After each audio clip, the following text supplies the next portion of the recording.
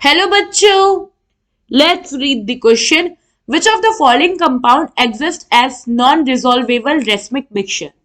Option A, option B, option C and option D. So question में क्या पूछा है कि इनमें से कौन सा कंपाउंड जो है वो नॉन रिजॉल्वेबल रेसमिक मिक्सचर के फॉर्म में एग्जिस्ट करता है.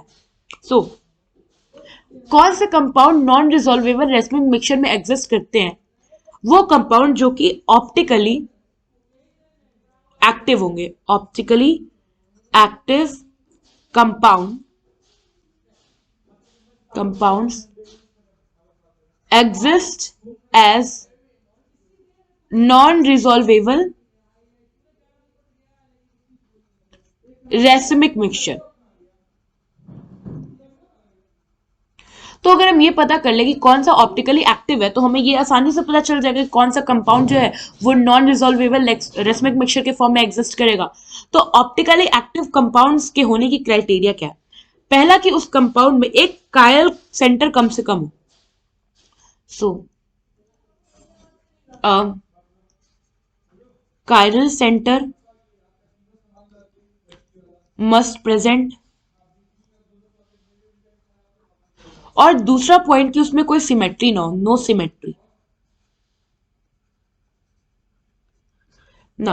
अगर आप यहाँ पे देखो तो यहाँ पे हमें कंपाउंड में नाइट्रोजन के रिस्पेक्ट में, क्योंकि हर कंपाउंड में एक नाइट्रोजन सेंटर है, तो इट मींस कि वो जो नाइट्रोजन होना चाहिए ना, नाइट्रोजन 3 बॉन्ड करता है, तो इस तीनों केसेस में इस पे डिफरेंट अल्काइल या एरिल ग्रुप होने चाहिए सो दैट वो हमारा ऑप्टिकली एक्टिव हो. तो अब हम एक एक करके हमारे सारे कंपाउंड्स को देखते हैं. अगर आप देखो तो यहाँ सबसे पहले कंपाउंड में नाइट्रोजन पे 2 सेम अल्काइल ग्रुप है. हमने देखा कि अगर उसे ऑप्टिकली एक्टिव होना है तो कायरल सेंटर होना चाहिए, और कायरल सेंटर के लिए उस पर 3 डिफरेंट सराउंडिंग ग्रुप होने चाहिए. तो पहला वाला तो हमारा ऑप्शन गलत है. दूसरे केस में देखो तो यहाँ जो नाइट्रोजन है इस पे 3 डिफरेंट सेंटर्स तो है, और साथ ही साथ अगर आप देखो तो हम इसकी सिमेट्री करना चाहे तो कहीं से भी ये इक्वली डिवाइड नहीं होगा, सिमेट्री नहीं कर पाएंगे. तो सिमेट्री कि आप कह लो एसिमेट्रिक है.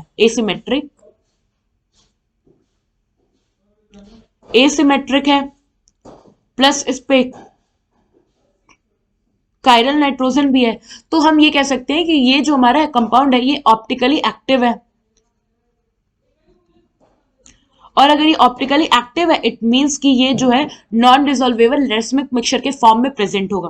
तो बी वाला तो हमारा एक कंपाउंड हमें मिल गया. दूसरा कंपाउंड देखो सी में, तो यहाँ पे नाइट्रोजन पे फिर 2 हाइड्रोजन है, तो ये तो पहले ही कट हो गया क्योंकि ये कायरल सेंटर ही नहीं है, तो पहले क्राइटेरिया ही इसने गलत कर दिया. दूसरा वाला अगर आप लास्ट वाला अगर आप देखो तो यहाँ नाइट्रोजन पे कायरल सेंटर है क्योंकि यहाँ पे अपना इथाइल ग्रुप है, यहाँ मिथाइल ग्रुप है, यहाँ पे हाइड्रोजन है. तो पहला कि ये अपना है कायरल नाइट्रोजन. दूसरा अगर हम इसकी कहीं से भी सिमेट्री करें, चाहे ऐसे चाहे किसी भी तरह करना चाहे, तो यहाँ पे सिमेट्री पॉसिबल नहीं है. इट मींस कि ये जो कंपाउंड है ये अपना एसिमेट्रिक है. और चूंकि ये ऑप्टिकल एक्टिव होने के लिए दोनों क्राइटेरिया को फुलफिल कर रहा है, इट मींस कि ये जो हमारा नाइट्रोजन है, ये या कह लो ये जो हमारा कंपाउंड है ये ऑप्टिकली एक्टिव है. सो ये भी हमारा ऑप्शन डी जो है ये नॉन रिजॉल्वेबल रेसमिक मिक्सचर के फॉर्म में एग्जिस्ट करेगा. सो यहां पे जो हमारा करेक्ट ऑप्शन हुआ वो हुआ option B and option D. ये दोनों ऑप्शन जो है हमारे करेक्ट ऑप्शन है. आई होप आपको ये क्वेश्चन समझ में आया होगा. Thank you.